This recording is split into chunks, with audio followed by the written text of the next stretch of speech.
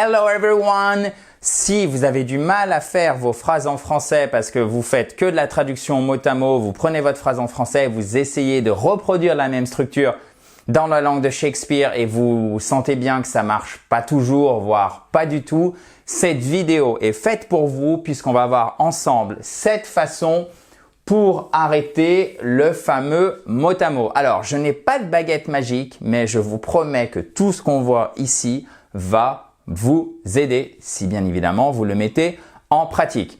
La première chose, vous allez me dire, ok, pourquoi arrêter le mot à mot, même si ça peut paraître évident, il me semble être bon de le rappeler. Première chose, en fait, pour parler de manière naturelle, arrêter d'être saccadé, de vraiment passer plus d'énergie à réfléchir à la structure plutôt que réfléchir aux messages, aux informations qu'on veut faire passer et du coup, ça gêne vraiment votre expression en anglais, d'accord? Pour parler de manière authentique, c'est-à-dire avoir les bonnes structures et notamment grammaticales, mais bien évidemment aussi au niveau du vocabulaire et ça vous évitera d'énormes fautes. Je vous donne un exemple. Si vous dites par exemple, excusez-moi, il y a mon pantalon qui me gêne, voilà c'est fait, j'ai 20 ans. Si vous dites I have 20, ça veut dire j'ai 20, littéralement on comprend même, vous avez $20. Mais ça ne voudra jamais dire j'ai 20 ans, puisqu'en anglais on dira I am 20, ok? J'ai 20 ans ou 20 years old, ok? Donc, vous voyez, ça, c'est un exemple frappant, mais imaginez la différence. Là, on ne comprend absolument pas, alors que là, c'est la bonne structure, le bon vocabulaire, et il n'y a pas d'entre-deux. D'accord? Donc, première chose que vous pourriez faire, si ce n'est pas déjà le cas, chers amis, c'est avoir un environnement en anglais. Puisque la langue, pour avoir un bon niveau, n'importe quelle langue étrangère, moi, c'est ce que j'ai fait pour le russe, c'est ce que j'ai fait pour l'allemand, c'est ce que j'ai fait pour l'anglais, c'est ce que je suis en train de faire pour l'estonien. Avoir un environnement, un minimum autour de vous, même si vous n'êtes pas dans le pays, bien évidemment. D'accord? Ça peut être tout simplement regarder les vidéos de cette fabuleuse chaîne YouTube, ça peut être regarder des séries, ça va être suivre une formation, ça va être pratiquer de l'anglais régulièrement. Et quand vous additionnez tout ceci, alors vous allez me dire « ouais, mais ça fait beaucoup ». Mais faites simplement 20 minutes le matin, 20 minutes le soir. Si vous arrivez à caler ça, déjà, vous allez pouvoir vous imprégner de la langue, des structures sans même vous en rendre compte, d'accord? C'est cet apprentissage passif aussi qui fait une énorme différence et qui petit à petit vous amène à arrêter de faire du mot à mot. Mais ça, c'est très graduel, ça prend du temps, ça se fait pas comme ça, d'accord? Donc, faut donner du temps au temps, mais faut installer de la régularité et la meilleure façon, c'est d'avoir un environnement qui est en anglais. D'ailleurs, vous pouvez télécharger tout ce que vous voyez ici, chers amis, en cliquant sur le i qui est en haut à droite et vous pourriez même aussi en profiter pour télécharger le guide complet pour apprendre l'anglais rapidement et facilement. Il est disponible au moment où je publie la vidéo jusqu'à ce soir minuit ou demain soir minuit. Donc, pour le voir, vous cliquez aussi sur le i en haut à droite. Si vous n'avez pas le i, vous avez le lien pour récupérer le PDF. Il n'y aura pas de quiz d'application pour le coup. Pour récupérer le PDF et voir le guide, vous cliquez sur le lien qui est dans la vidéo juste en dessous si vous êtes sur mobile ou sur tablette. Alors, deuxième chose, vous allez me dire, ok, le premier conseil, Adrien, là, il est un peu trop généraliste. Moi, je veux du pratique, du pragmatique. Pas de souci. Apprenez des phrases complètes. Oui, un petit peu de par cœur, parfois, c'est extrêmement non seulement utile, mais surtout efficace. Utilisez donc la technique de l'autodictée. Une phrase par jour que vous apprenez par cœur. Donc, vous apprenez la structure, vous apprenez le vocabulaire et surtout, vous savez la prononcer. Si vous faites ça, regardez, il y a 10 mots par phrase. OK? À la fin du mois, vous avez 300 words. Alors, évidemment, il y a des mots qui vont revenir. Mais mettons que vous en avez 150 nouveaux. Vous faites ça, non pas 12 mois dans l'année, parce qu'il y a de la révision, etc., fois 10. Vous êtes déjà à, en anglais, 1500 words. OK? 1500 mots. 1500 mots, c'est suffisant pour vous exprimer dans 60 à 70% des situations de la vie quotidienne. Juste avec cette technique. Mais par contre, c'est toujours la même chose. Il faut le faire avec régularité. Et ce qui compte ici, c'est d'apprendre juste une phrase par jour. Cette technique de l'autodictée, elle est parfaite et grâce à ça, vous allez avoir une expression beaucoup plus naturelle et vous allez casser ce problème du mot à mot. Évidemment, pratiquez dès que vous le pouvez. Le meilleur moyen de s'imprégner de la langue, de faire de l'apprentissage passif, c'est-à-dire sans même s'en rendre compte, c'est pratiquer.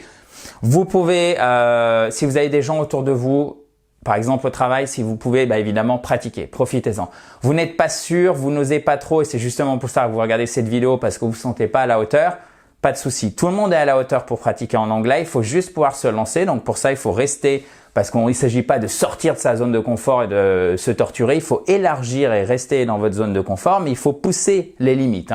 Évidemment, ça demande du travail. Donc pour ça, vous pouvez trouver un correspondant. Il y a plein de vidéos sur cette fabuleuse chaîne YouTube qui vous montrent comment faire. Et vous pouvez, par exemple aussi, si vous voulez quelque chose de plus structuré, un fil conducteur, rejoindre par exemple l'Académie iSpeak Spoken. Pour l'instant, les portes sont pas ouvertes. Mais si vous êtes intéressé, c'est très simple. Vous pouvez envoyer un petit email, vous inscrire, vous abonner à la chaîne, récupérer tous les emails que je vous envoie. Et dans l'académie, vous avez la possibilité de pratiquer 2 fois par semaine en mini-groupe. Donc, c'est une belle façon hybride entre je m'exprime de manière authentique dans la vie quotidienne et je sais pas trouver un moment, une occasion de pratiquer. On est vraiment entre les deux puisque chaque fois dans les cours, vous avez évidemment un formateur professionnel. Donc, c'est une bonne façon. Vous voyez, vous avez tout est disponible. Vous pouvez trouver un correspondant, vous pouvez rejoindre l'académie, vous pouvez pratiquer par exemple au travail ou près de chez vous. Il y a toujours une solution pour pouvoir pratiquer, d'accord? Donc, il faut savoir comment vous y prendre. Si vous avez des questions, vous pouvez les mettre juste en dessous. Puisque j'en ai fini avec parler autant que possible et je voulais balayer rapidement en fait les différents moyens de pratiquer. Vous pouvez et vous devriez utiliser un dictionnaire monolingue, anglais-anglais. Donc moi, celui que je vous recommande, vous en avez plein d'autres, c'est le Cambridge Dictionary. D'ailleurs, dites-nous dans un commentaire qu'est-ce que vous utilisez pour pratiquer l'anglais au quotidien pour ceux qui pratiquent. N'hésitez pas à laisser un commentaire juste en dessous parce que ça aidera tous ceux qui visionnent la vidéo dans le Cambridge Dictionary. Moi, c'est celui que j'utilise. Encore une fois, vous en avez d'autres. Il est très bien puisqu'il est unilingue, il est très complet. Vous avez la prononciation, vous avez la phonétique à la fois en anglais américain, en anglais britannique. Vous avez la définition du mot explicite, d'accord? Explicite, je vous donne un exemple. Par exemple, si vous cherchez le mot tired, qui signifie fatigué, on va pas vous dire en anglais tired se dit d'un état de fatigue. D'accord? Parce que si fatigué, vous savez pas ce que ça veut dire. Si je vous dis se dit d'un état de fatigue, vous recherchez fatigue, qu'est-ce que c'est? Non. Correspond à un état éventuellement de stress physique ou mental, etc. Donc c'est une vraie définition, d'accord? C'est pas une définition à la mort moelle-neu, si je puis dire, où on dit fatigué se dit de quelqu'un qui ressent de la fatigue. Super, mais moi ce que je voulais savoir, c'est ce que veut dire fatigue. Alors que là, vous avez des vraies définitions en anglais dans ce Cambridge Dictionary avec des exemples, avec le niveau de vocabulaire. Est-ce que tired, c'est un vocabulaire débutant? Est-ce que c'est plutôt intermédiaire, etc. À chaque fois, ils vous le disent. Donc ça vous aidera en fait quand vous cherchez à vous améliorer en anglais, vous faites des exercices de grammaire, de vocabulaire, vous avez des questions, ça vous aidera à stopper le mot à mot. Ok?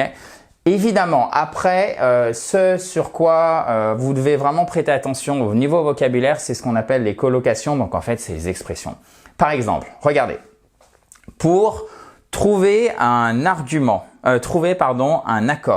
on ne va pas dire to find an agreement, on va dire to reach an agreement, qui signifie littéralement atteindre un accord. Oui, c'est pas trouver, on ne le trouve pas par terre, là on l'atteint en anglais et ça vous pouvez pas l'inventer. Donc faut les apprendre petit à petit et ce qui vous fera passer d'un anglais où on vous comprend à peu près mais il reste entre guillemets, si vous me permettez l'expression, boiteux, à un vrai anglais, un bon anglais authentique, d'accord? Donc par exemple, to reach an agreement, vous pouvez le noter, c'est trouver un accord. Regardez, faire attention à quelque chose, c'est pas c'est to pay attention to. Et si vous êtes anglophone, bah vous allez dire ok, je vais payer attention à. Non non non non non non. Ça marche dans les deux sens, vous voyez. Faire attention à, c'est pas to make attention or to do attention, no, c'est to pay attention.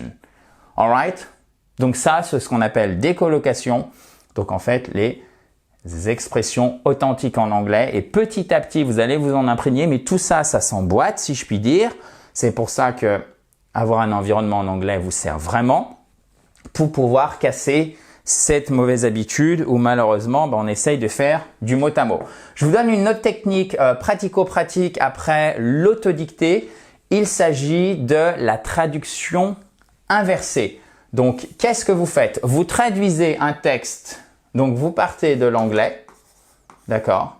Vous allez au français. Quand vous avez votre français, vous regardez évidemment plus l'anglais. Par contre, vous essayez d'y revenir. Donc, vous retraduisez en anglais. Et après, vous vérifiez avec votre phrase du début. Si vous faites ça avec l'autodictée, si vous combinez les deux, en fait, si vous faites ces deux petits exercices chaque jour, vous allez voir, ça va révolutionner en quelques mois votre anglais du moment où vous n'oubliez surtout pas que pour chaque phrase, vous devez savoir la prononcer, les prononcer correctement. Okay? Et comme je vous le disais, évidemment, le Graal, c'est suivre des cours pour pratiquer avec un locuteur natif, que ça soit de la pratique avec un correspondant dans votre travail, dans vos voyages, dans votre vie privée, vos proches, etc. Et encore mieux avec un formateur, avec un prof professionnel. Donc c'est le métier, mais ça suffit pas. Il faut avoir le côté fil conducteur formation et le côté évidemment pratique aussi dans la vie quotidienne, que ce soit un correspondant, etc. Voilà, chers amis. Tout ça là, ce qu'on a vu, c'est cette façon, ça permettra d'arrêter le mot à mot en anglais et ça vous permettra de moins stresser, de moins angoisser quand vous devez vous exprimer dans la langue de Shakespeare. J'espère que cette vidéo vous a plu. Si c'est le cas, vous pouvez mettre un petit pouce bleu juste ici et vous abonner aussi à cette fabulous YouTube channel by clicking on the red button which is down there, qui est juste ici. Évidemment, l'abonnement est tout à fait gratuit et vous avez 1700 vidéos en accès libre. Je vous dis à très vite dans la joie. Exactly. In a joyful atmosphere. Dans la joie et la bonne humeur. Bye bye! In a. À chaque fois, je vous dis bye bye, mais j'arrête pas. J'ai pas envie de m'arrêter. In a joyful atmosphere. Je pense que vous ne m'en tiendrez pas rigueur. En tout cas, je l'espère. In a joyful atmosphere. Atmosphere. Alright? Joy, c'est vraiment la joie. Joyeuse, plein de joie. Joyful. Alright? Full, c'est plein. Bye bye!